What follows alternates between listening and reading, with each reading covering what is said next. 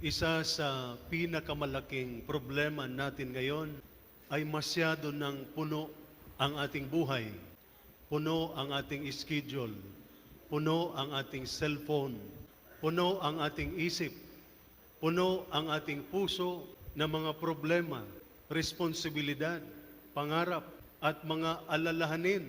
At minsan, masyado tayong nakatuon sa paghahanap buhay na nakalimutan na nating mamuhay para sa Diyos.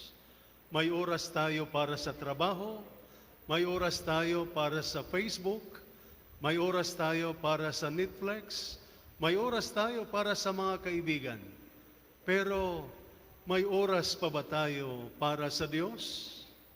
Madalas naririnig natin sa karamihan, wala na pa akong oras. Ngunit ang totoo, lagi po tayong may oras para sa mga bagay na napakahalaga para sa atin. Kaya ang tanong ng ating mga pagbasa mula sa banal na kasulatan sa araw na ito ay napakasimple ngunit mahalaga. May puwang pa ba ang Diyos sa aking puso? At ang ating mga pagbasa ay nagpapaalala sa atin na kapag binibigyan natin ng puwang ang Diyos sa ating puso, sa ating buhay, pinupuno niya ang ating buhay na mga pagpapalang hindi kayang ibigay ng mundo. Sa ating unang pagbasa, nakilala natin ang isang babaeng taga Shunem. Tuwing dumaraan ang propetang Elias, lagi po niya itong inaanyayahan na kumain sa kanilang bahay. At pagkatapos, sinabi niya sa kanyang asawa, naggagawa sila ng maliit na silid para sa propeta ng Diyos. Pansinin ninyo, hindi siya nagtayo ng malaking bahay, maliit lamang na silid. May higaan, may mesa, may upuan, may ilawan. Simple lamang. Ngunit ito ay naging banal dahil inilaan para sa propeta ng Diyos. At dahil gumawa siya ng puwang para sa Diyos, sa kanilang tahanan, sa kanilang buhay, pinuno rin ng Diyos ang kakulangan ng kanilang buhay. Dahil ang mag-asawang ito ay matagal nang nangarap na magkakaroon ng anak. Matagal na silang nagdadasal na bigyan sila ng anak. At sa pagkakataong ito, biniyayaan sila ng Diyos. Na mga kapatid, God is indeed never outdone in generosity.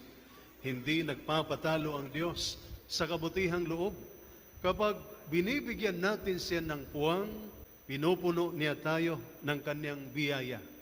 Minsan, nagdadasal tayo at tinatanong natin ang Diyos, Lord, bakit parang wala kang ginagawa sa buhay ko? Ngunit, maaring magtanong naman ang Diyos sa atin, anak, binigyan mo ba ako ng puwang sa buhay mo? Hindi makakapasok ang Diyos sa pusong puno ng yabang, puno ng inggit, puno ng galit, puno ng kasakiman, at walang katapusang abala.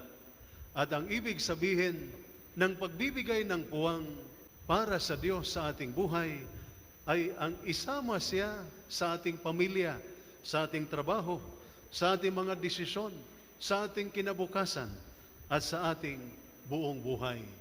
Sa ating ikalawang pagbasa, napakinggan natin ang paalala ni San Pablo na sa pamamagitan ng binyag, tayo ay namatay kasama ni Kristo upang tayo ay mamuhay ng bagong buhay kasama niya. We die in our old self so that we can live a new life in Jesus. Ngunit ang totoo, lahat tayo ay nabinyagan na. Maraming taon na ang nakaraan. Ngunit nananatili pa ring buhay ang dati nating pagkatao. Our old self is still alive. Buhay pa ang ating yabang. Buhay pa ang ating galit. Buhay pa ang ating pagiging makasarili. Buhay pa ang ating chismes. Buhay pa ang ating pagsisinungaling. Buhay pa ang ating hirap magpatawad. At minsan, nagbago lang ang ating edad, pero hindi ang ating ugali. Nagpalit tayo ng damit, pero hindi ang ating puso. Na mga kapatid, ang pagiging Kristiyano ay hindi lamang pagdaragdag kay Kristo sa ating buhay. Ito ay ang pagpapahintulot kay Jesus na baguhin ang ating buhay. Kaya araw-araw, kailangang mayroong mamatay sa ating sarili. Mamatay ang ating yabang, mamatay ang ating galit, mamatay ang ating kasakiman, mamatay ang ating pagiging makasarili. Dahil bago magkaroon ng muling pagkabuhay, kailangan munang mamatay ang lumang pagkatao. Sa ating ebanghelyo, sinabi ni Jesus, ang umiibig sa ama o sa ina ng higit sa akin ay hindi karapat-dapat sa akin. Parang mabigat pakinggan. Ngunit hindi sinasabi ni Jesus na huwag nating mahalin ang ating pamilya. Ang sinasabi niya ay unahin natin ang Diyos.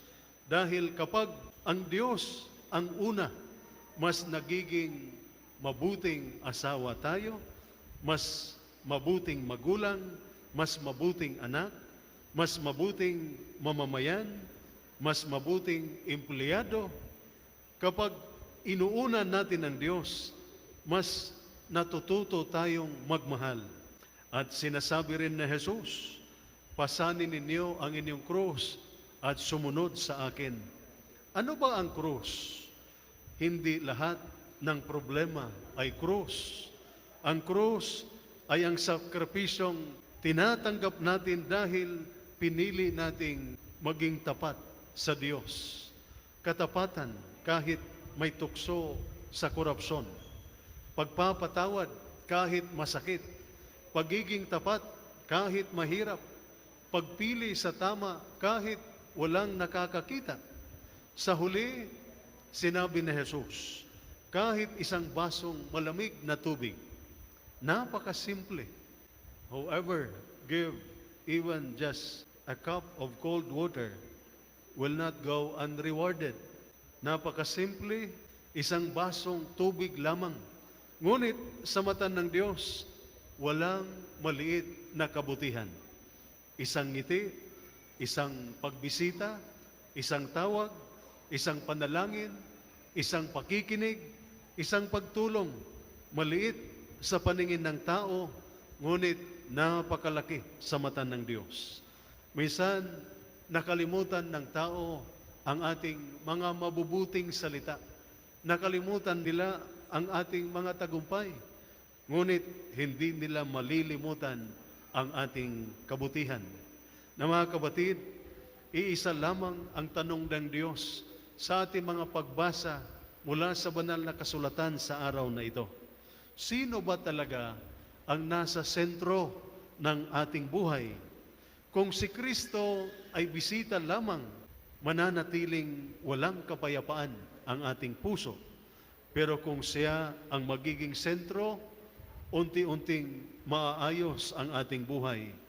Katulad ng babae sa unang pagbasa, gumawa tayo ng silid para sa Diyos. Hindi lamang sa ating bahay, kundi higit sa lahat sa ating puso. Tanggalin natin ang anumang humahadlang sa Kanya. Ang ating yabang, ang ating galit, ang ating sama ng loob, ang ating kasakiman, ang ating sobrang pagkahumaling sa mga bagay ng mundo, unhealthy attachment.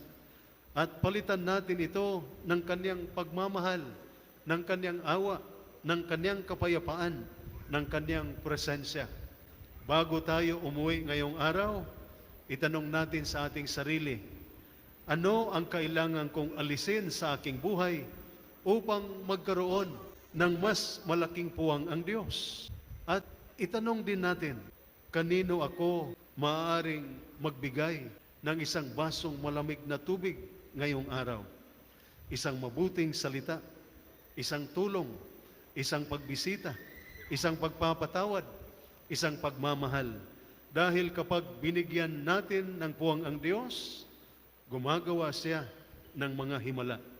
Pinupuno niya ang mga pusong walang pag-asa. Ano ang pusong sugatan ng kagalingan, ang pusong magulo ng kapayapaan, at ang ordinaryong buhay, ginagawa niyang pambihirang buhay na puno ng kanyang biyaya. Amen.